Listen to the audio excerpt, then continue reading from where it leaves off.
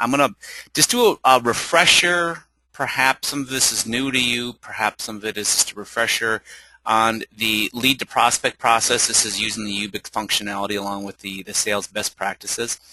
And then in 2 weeks, next time we get together, I'm going to do a buyer objection workshop. I've had a couple of my clients asking about doing some objection training for salespeople. So make a note that ask your salespeople, or if you are a salesperson, you are actively selling, send me a list of the most heard objections or the things that are sort of giving you trouble right now in your, whether it's your model homes or in your, it's part of your sales process. Send them to me, and then we're going to go through and we're going to do a workshop.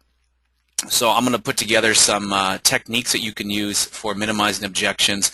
We'll go ahead and we'll do a little scripting on how, some techniques on how you can get over these objections and get them minimized and get to the yes in getting the sale made. So that'll happen in a couple of weeks. Anyway, today we're going to go back and focus on lead to prospect training. And Jill, I see you are on, maybe some of your people are on too. We're going to also provide a training session tomorrow on Friday. So hopefully you got that information. You guys can jump in. So we'll go through some of the same things we're doing here today, but it'll be more of an open forum where you can ask specific questions, and we'll do specific training on functionality. Okay, so without further ado, let's jump through this. So what we're focusing on is the lead to prospect aspect of the training today. So remember, if we look at the life cycle stages that we have in Ubix, there's approximately, well, there's really 4, but I added a 5th one in here, which is a referral partner. So everybody starts out as a lead, and just so you understand it, a lead is simply a one-way conversation.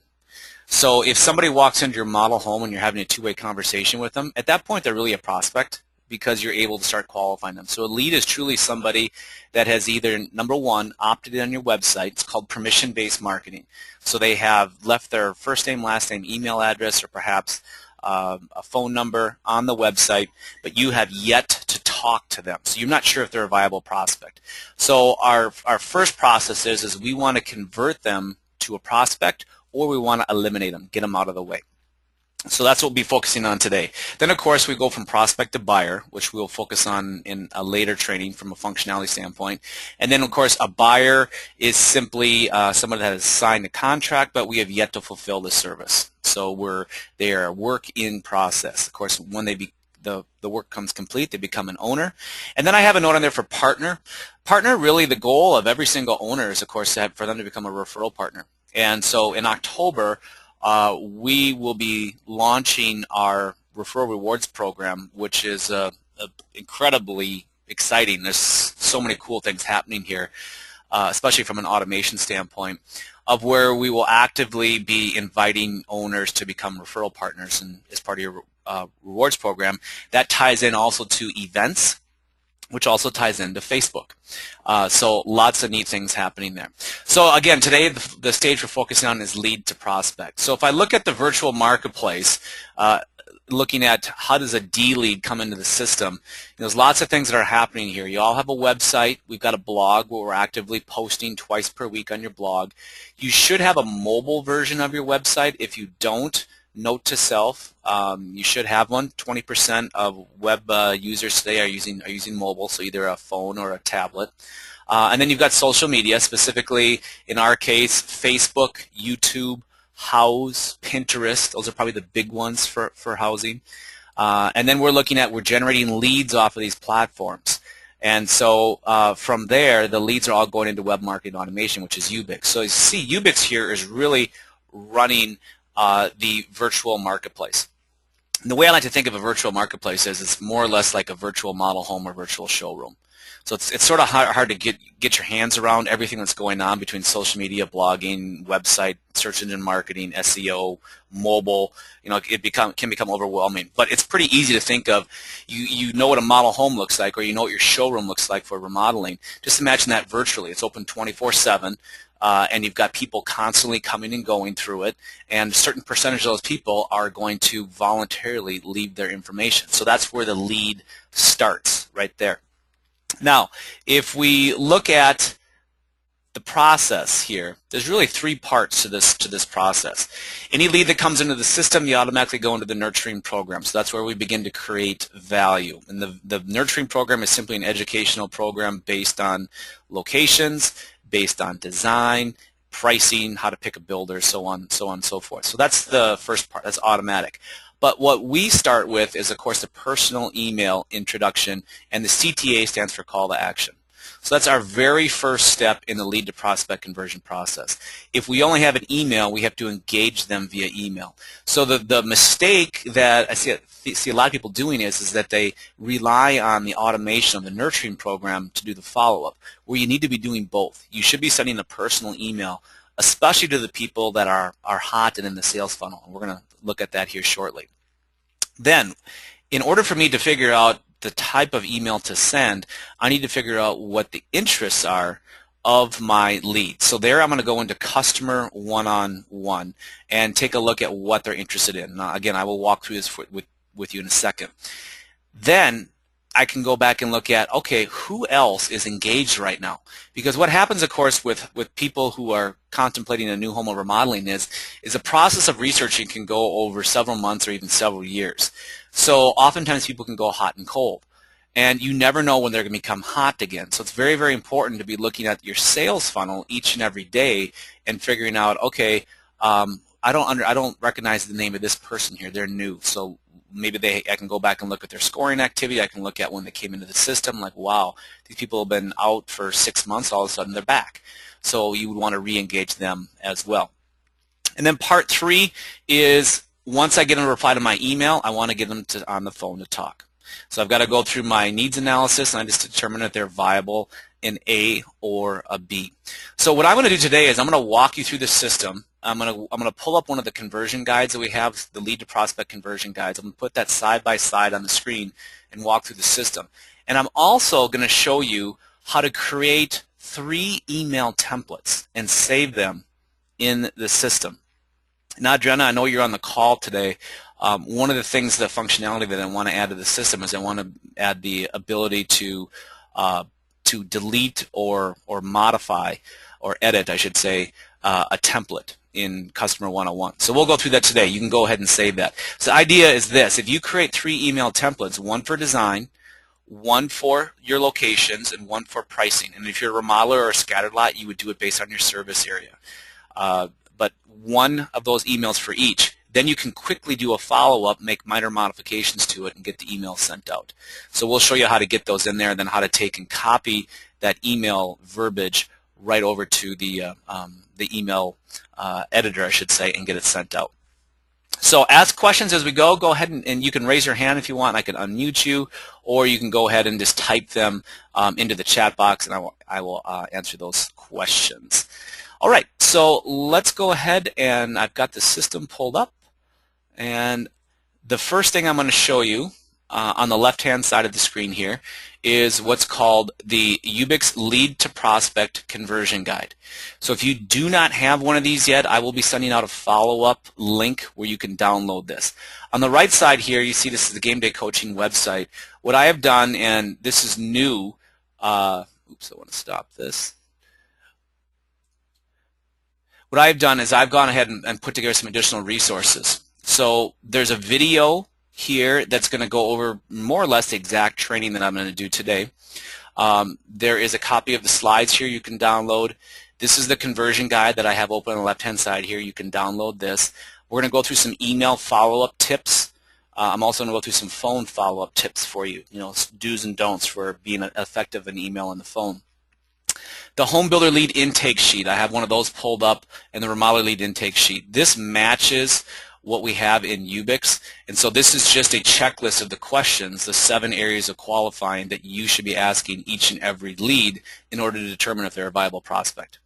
And then right down here, this last video that you see, this is a how-to video on setting up these email templates that I'm going to show you today. So I will send out a link for this resource here, and so you guys will have this to pull up all the information that I'm going to show you today on the screen. All right, so we're going to go in and look at the lead to prospect conversion process right now. So what I've got pulled up, of course, is Ubix. This is the home screen, and these are the areas I'm going to look at today. I'm going to go into the action plan. We're going to look at the sales funnel opportunities. We're going to look at follow-up strategies. So we'll talk about, again, techniques for email in order to get a reply to email. Also, when you get someone on the phone, scheduling a time to talk and going through your needs analysis on the phone. So we'll start with the action plan, which I have open right now. So the action plan, of course, we're looking at any system-generated action requests. So you can see with this particular client, as of 2 days ago, there was a system-generated action request from their design library. So the person's name here was Jennifer Nyquist. And there's a couple other here from Carrie Riley, so on and so forth. So the key thing is, as soon as you get these actions requests, you should be following up with them within 24 hours. You want to send out the personal introduction email with a call to action in 24 hours. Sooner the better. If you can do it in an hour, great. And I know, Jill, you guys have an online sales counselor. That's what she's dedicated to doing. So she should absolutely be getting on these leads within the first hour. The rest of you, within 24 hours. So we're going to complete these system-generated action requests. We make a note of the action and change the status to started, completed, or ignored. So in this case, I'm going to go ahead and just click right over here, and I'm going to pull up the action request, and then I'm going to go ahead and I'm going to change this from planned to completed, and then I can go ahead and I can send my email to the customer right from here. So once I change this to completed, it's going to come off of the action request and show up as completed in their customer one-on-one. So that's the first thing I need to do, is get it out of the action request. You should only have today and future action requests in here. Anytime you see stuff that goes back to like June, you got to get this cleaned up, because this is overwhelming to open up on a daily basis. You want to have this looking as clean as possible. Okay, then I'm going to put a note of the plan to action in there, which we'll go through next when we do our follow-up. And then I'm going to go ahead and complete the action. So I'm going to call them if I have a phone number. Maybe I'll send them a text. Hopefully you guys are using text follow-up, because it's 84% open rate in the first hour, so I really encourage you to text as much as possible. Or I'm going to send them an email. And one of the things when you do your follow-up, just a note, something to make a note of, never only do one. So the idea is this, is that if you're following up with somebody and you have a phone number and an email, and if you've got a cell phone number, send them an email, and then in the email say, you know what, I'm also going to leave you a voicemail. Then leave them a voicemail, and in the voicemail say, I sent you an email as well. And then if you text them, you can say, hey, you know what, I left you an email and or a voicemail as well. Let people pick and choose the way that they want to get back to you. And the easiest thing for them to do usually is reply to a text or reply to an email. But based on the demographic you're selling to, some people would rather talk on the phone. Some people want to meet face-to-face, a little more old school, especially the older demographic. If you're dealing with the younger generation, man, to get them on the phone is like impossible. So you're going to do a lot of follow-up via text and email. So I would do, 2 of those. If you're leaving a voicemail, send them an email. If you're sending an email, also send them a text message. Okay, so let's look a little bit more on email follow-up right now. So I have pulled this up. This is an email strategies document. And there's a formula we're going to follow, but I want to talk about one thing right away on email. The most important part of your email is your subject line. And the subject line, of course, if it doesn't get read or it's not enticing, it gets buried in an inbox and inevitably gets deleted, never gets opened. And if you don't know it yet, the majority of you, when we do our scorecard reviews, one thing we look at is open rate for all your emails. And anybody that has a larger database, you're looking at an open rate of probably 25 to 30%. So what that means is approximately 3 out of 4 emails do not get opened. So it's very, very important to spend some time on the subject line and do a good job on that. So a couple of things on the subject line that you want to make sure you do is, number one, is put the lead's first name in the subject line. So as an example, here, first name, Rick, and then the subject line, I'm so sorry. So always put their first name in there. Because remember, a lot of people will view emails on their phones first before they say they'd open them on a computer.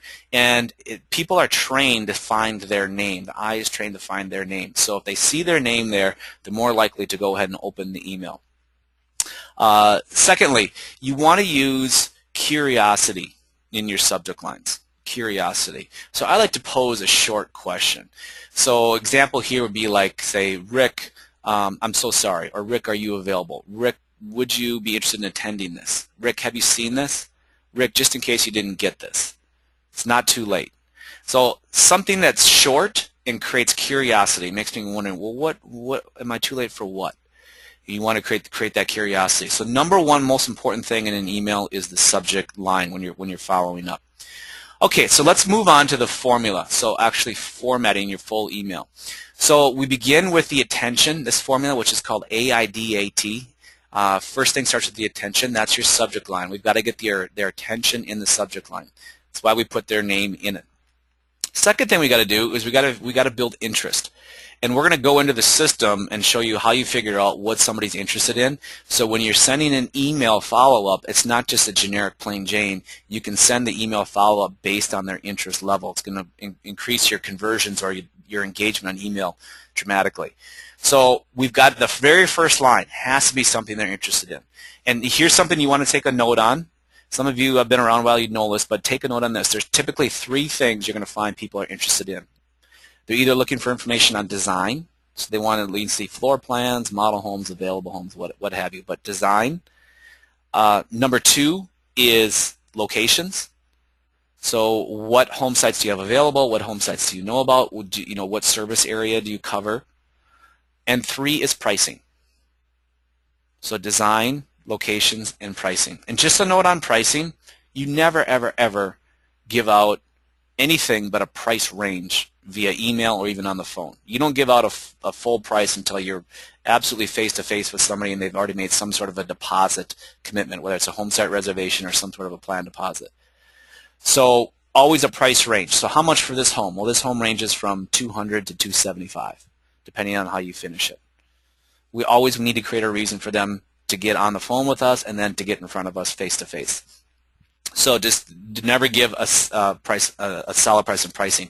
Also on your websites, if you have to-be-built homes on your websites, always make sure they're a range on pricing. So if you happen to send someone a link, to see a potential home on your website, it should be a range. It should be this home can be built from, $450 to $625.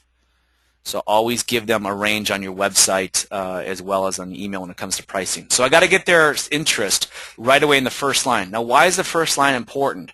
Again, because of the viewing pane for emails. So you know what? People have their viewing pane set up on their phones, their tablets, and on their, like say, Outlook or even like a Gmail webmail account, and they'll see that first line. So if they don't see something that interests them, boom, you're out. They're not going to open it. Okay, so the next part of the formula is D, desire. I've got to create emotional desires so they take action. So the note you want to make here is that you have to, in order to get them on site, you have to offer them something that they can see. So here's an example. If it's design, offer them where they can see maybe floor plans you don't have online. Perhaps it's the custom homes you've built they don't have online. Maybe it's a model home that you have available that sounds like something they'd be interested in. Or it could be a customer's home under construction.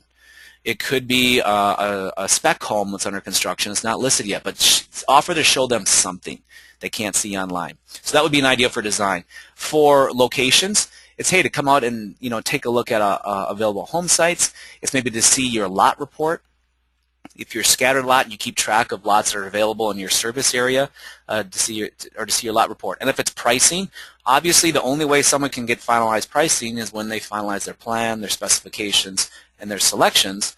Can they get finalized pricing? So if you have a showroom where they could take a look at some of your selections, if you want to again sit down and redline some plans with them, so I start with a range.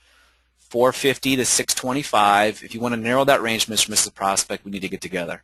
And I need to know more about your situation and what you want to put in the home. So that we got to create desire that way. Action.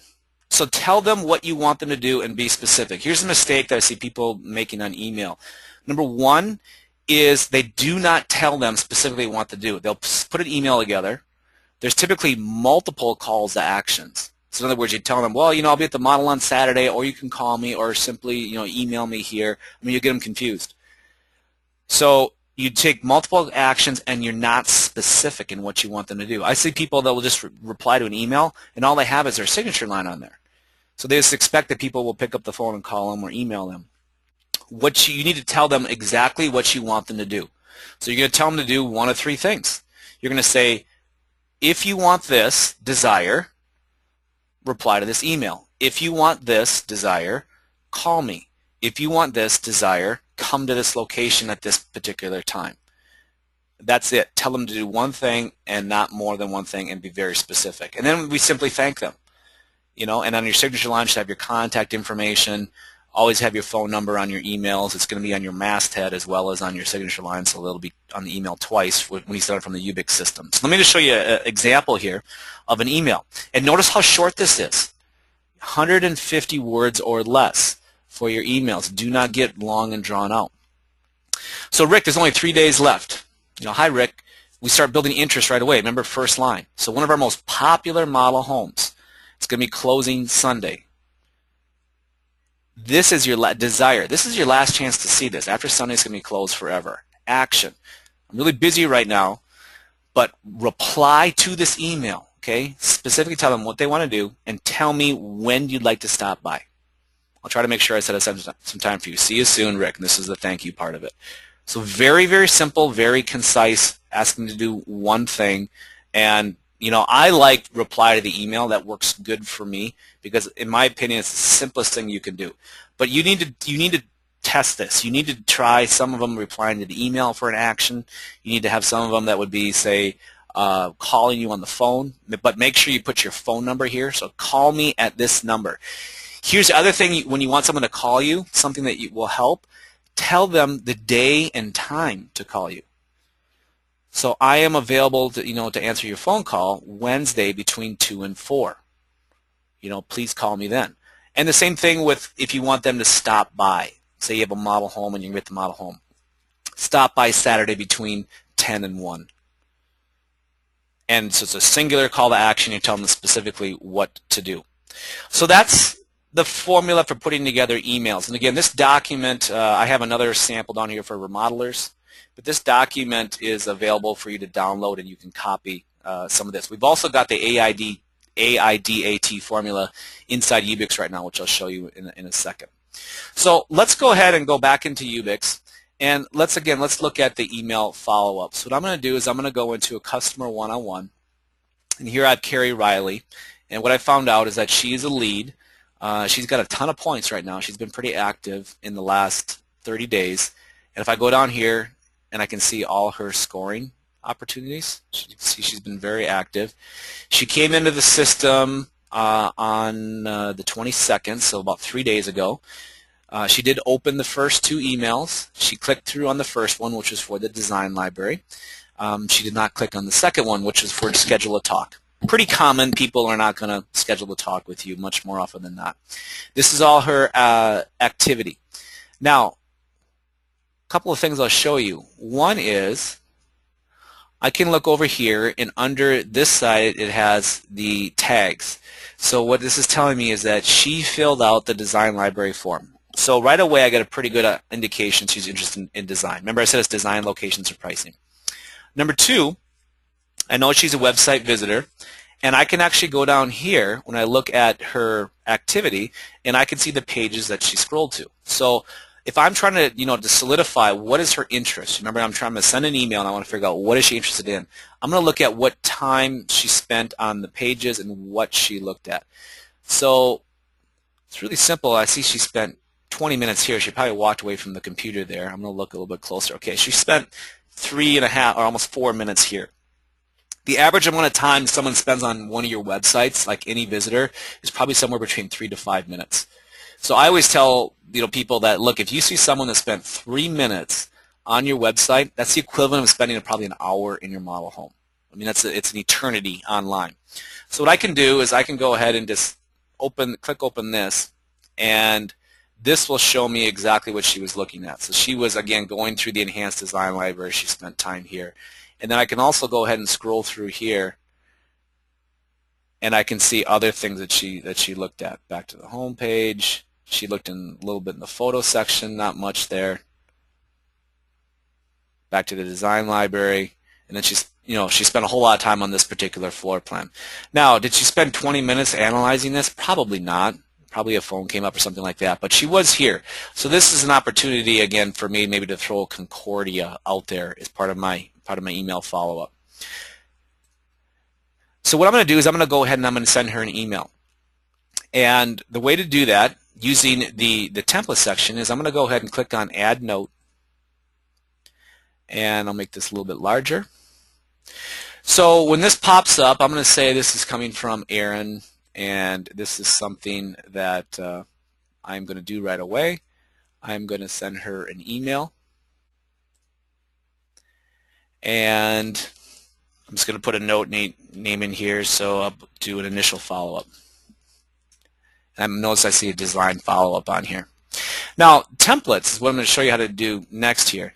On the templates, as you can see, there's two already in here by default. So I put the phone and email formula in here. The AIDAT, that same formula, works for both.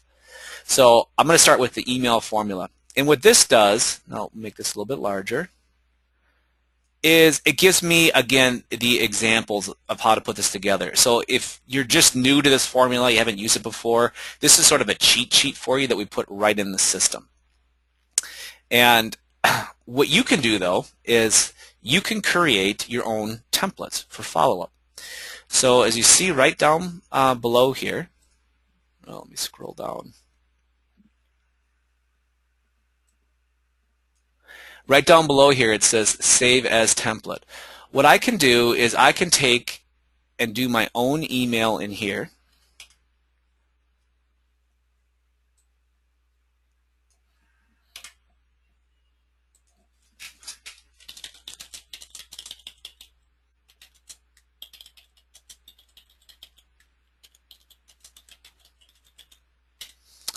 And I can go down and I can save this as initial design email follow-up.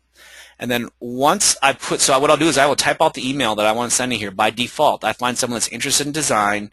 I'm just going to put together a design email here, and I am going to save it as a template. So I'll put a save it here as a template, and I'll save it. So Adriana, what I'm talking about now from a functionality standpoint is I want to have the ability to delete templates and edit templates, on this page. Right now we only have the ability to save it, so we're going to add that for you guys. So once I save that, it will show up here. So I'll have one of these. Templates. So you'll have these two templates plus you'll have an initial design email follow-up.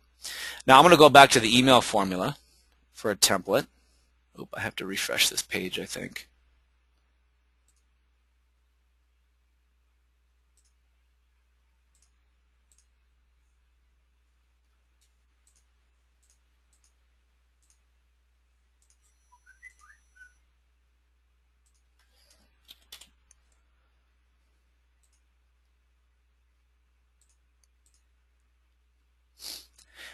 Let's say now I want to take and I want to put this on my email.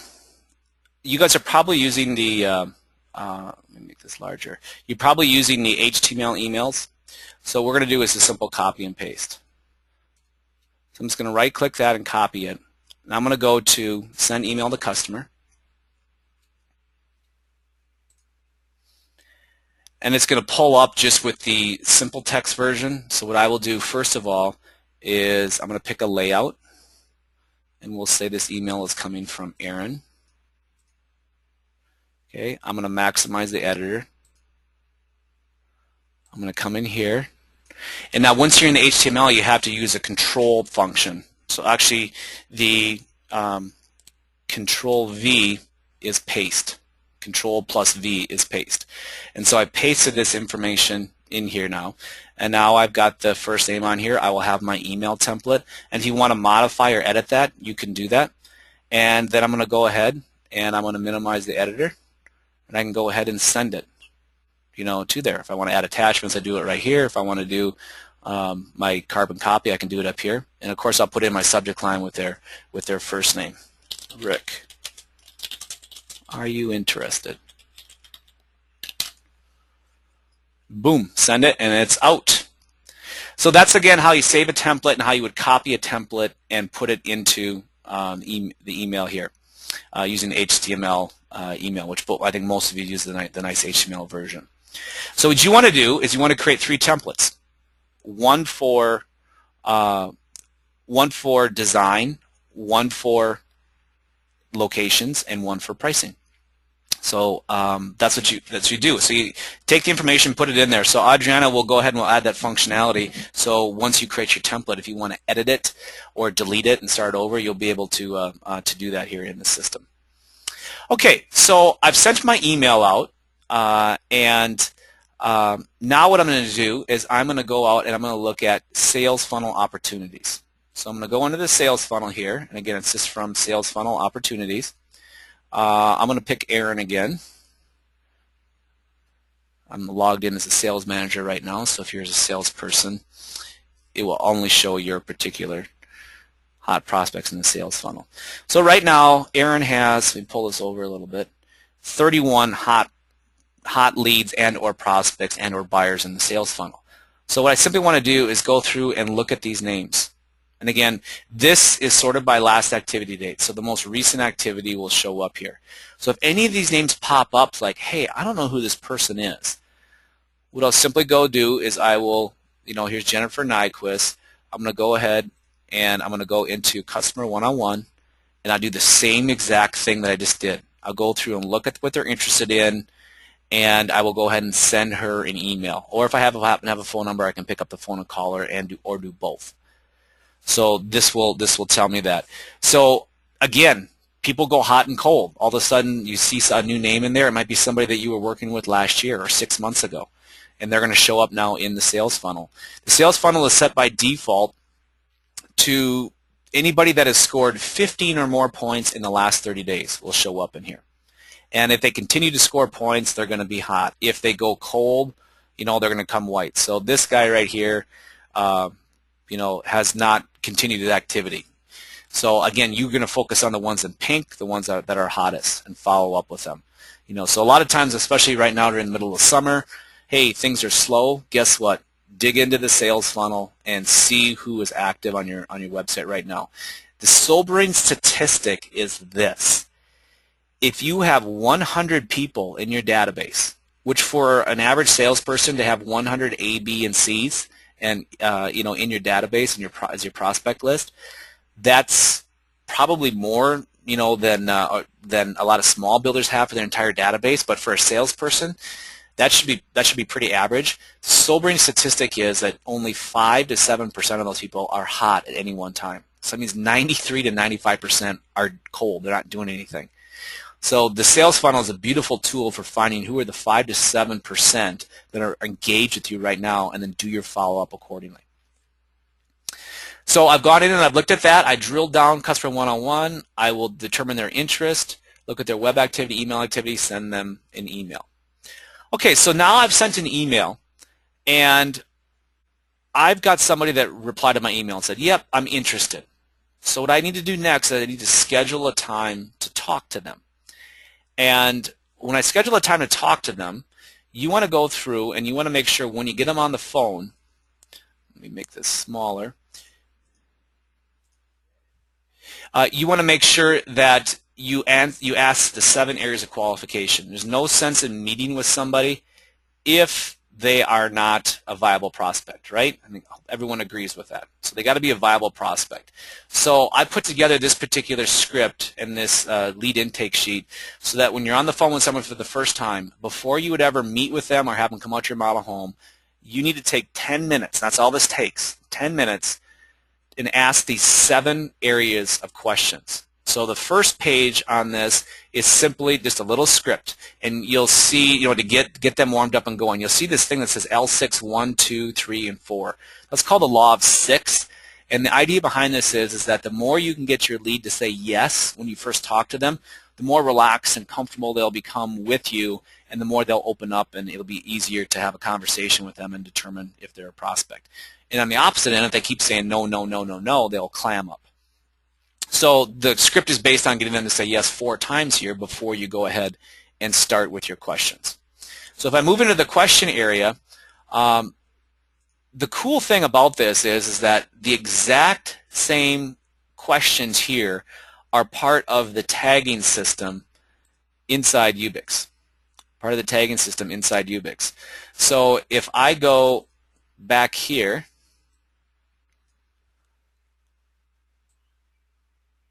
oh, let me make this a little bit smaller.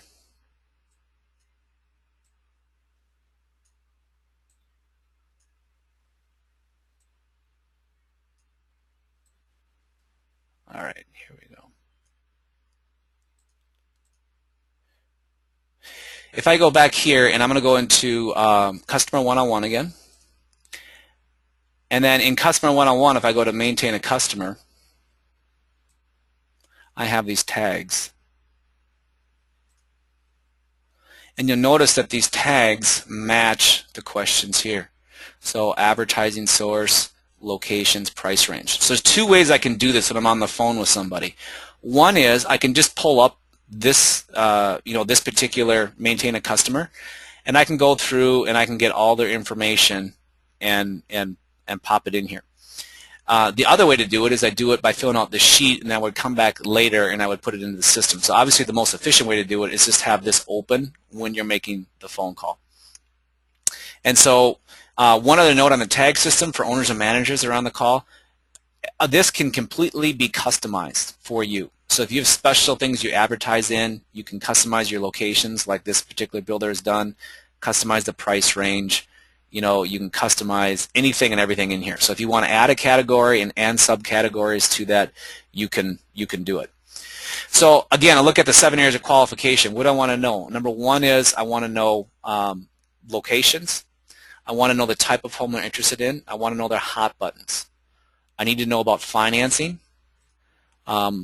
And also, what I suggest, it's always hard to get people to tell you what their budget is on the phone. So what I suggest is that you go ahead and you give them parameters. So let's just say they're interested in a ranch or a rambler, one-level home.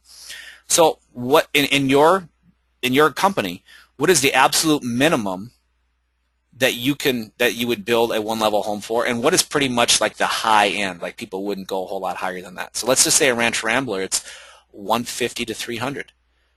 So somebody says, well, yeah, I'm interested in building a one-level home with, I need 3 bedrooms and 2 baths. And then when you get to the budget and financing, you'd say, well, our one-level homes, start at about 150 and they go up to about 300. Does that fit into your investment range? And then you shut up, yes or no. You don't need to know exactly that their budget's 225 right now. You just need to know that they can fit into your breadth of offering.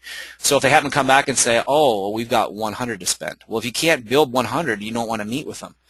So yeah, at that point, you're maybe going to, suggest they go to used homes or refer them off to a realtor, or, maybe you can go off-site and build something for them if you can't do it in your particular location for 150. But whatever it is, so you give them the investment range first. So I have a note on here either to use MLS data, for what these homes range for in your particular geographic areas, or just use your past experience.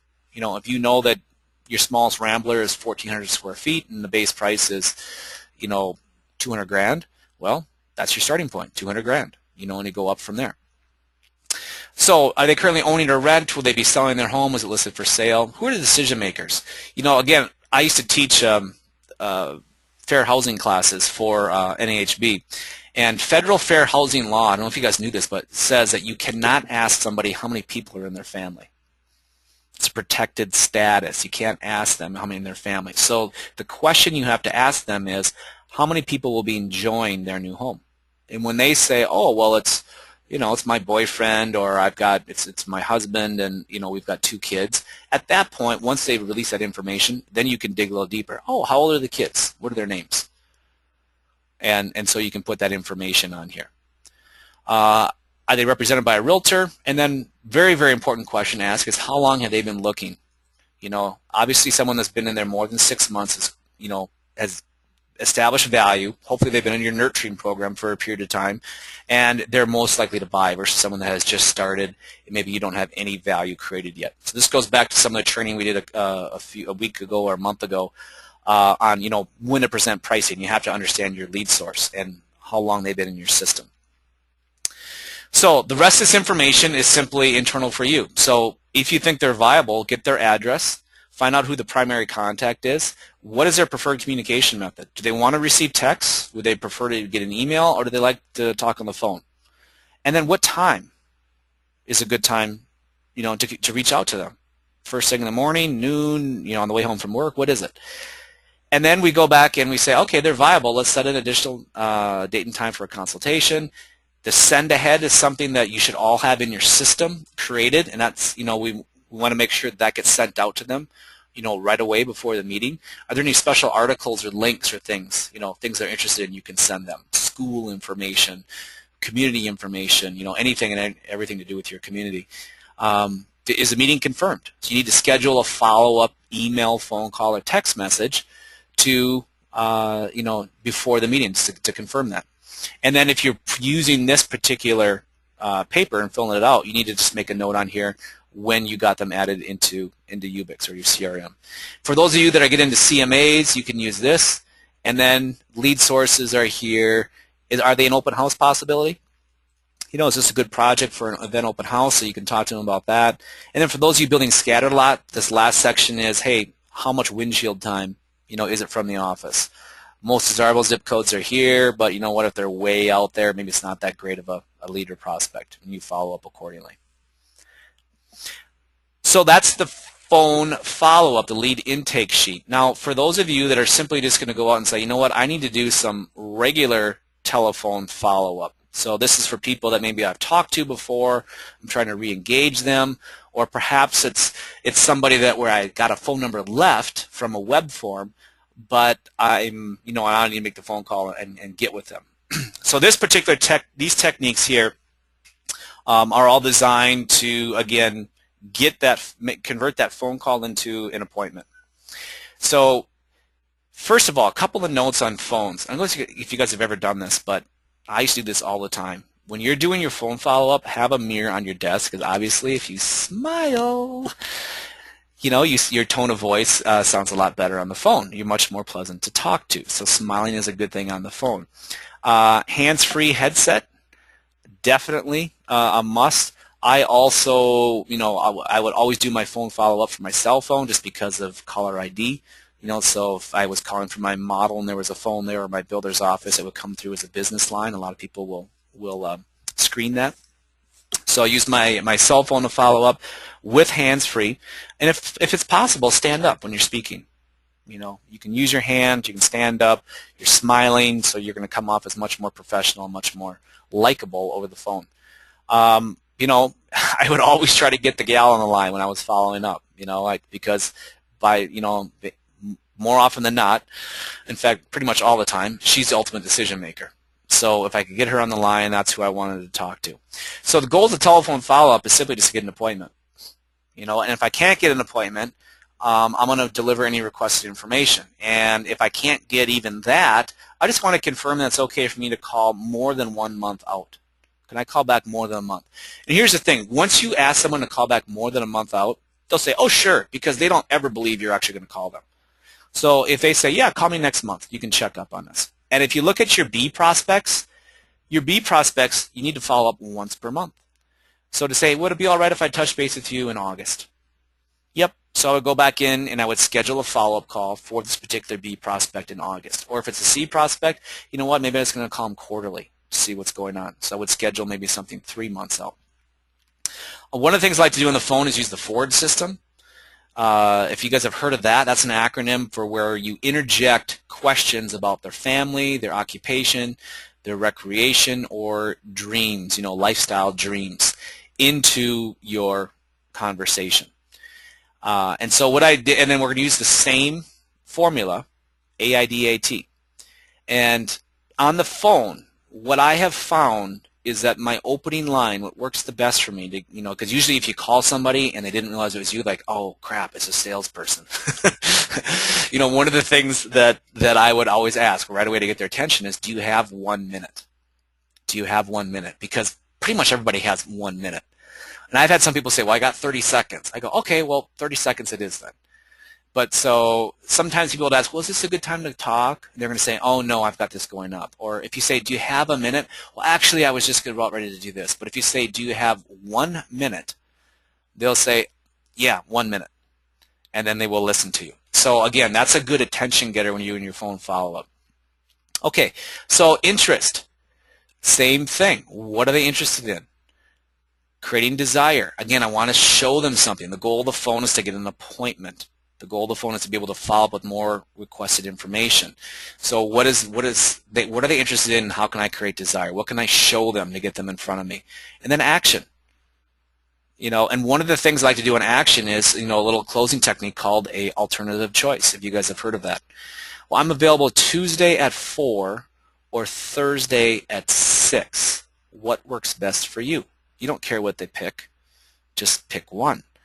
And then thank them for their time, and I always follow up a phone call with an email. Always follow up a phone call with an email. So you're going to email them and say, hey, good talking to you on the phone today. This is what's going to happen. We're going to have an appointment at this place, or here's the information that you requested, or I'm going to touch base with you next month. If anything changes, let me know.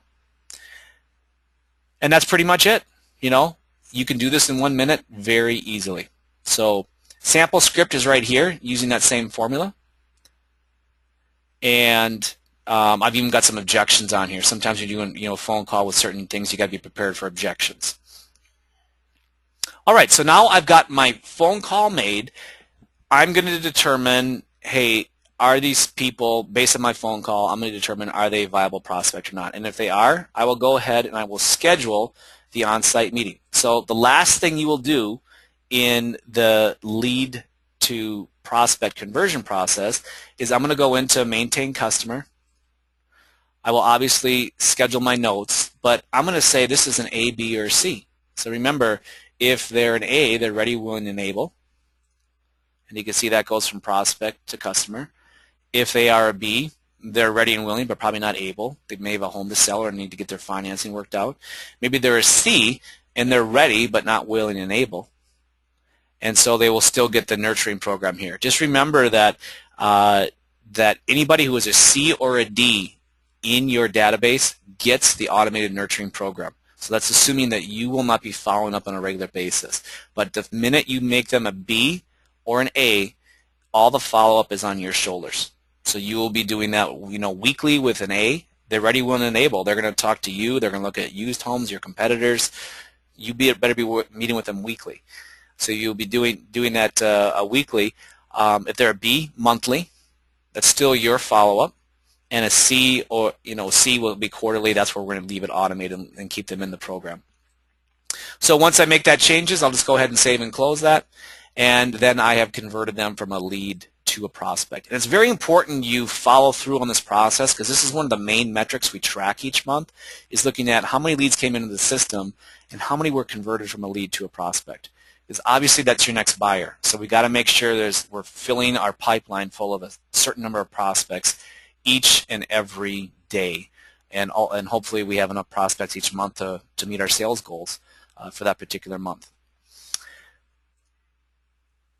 That is it for today as far as training. I'm going to open up for questions right now. Go ahead and type in any questions or raise your hand on anything that we went over as far as this this training and this conversion guide. And then remember, next month, if I go back to my agenda, next month we're going to do a buyer objection workshop. So send in your objections. Send in your objections, what you're hearing, and we're going to go through strategies and techniques for minimizing objections. I do not see any questions here right now, so if there are none, I'm going to go ahead and end the meeting. And thank you guys for your time this morning. Hopefully you got something out of this. I will send out a copy of this recording along with the resource area here on Game Day Coaching, which is right here. It has all the things that I was showing you on the screen today.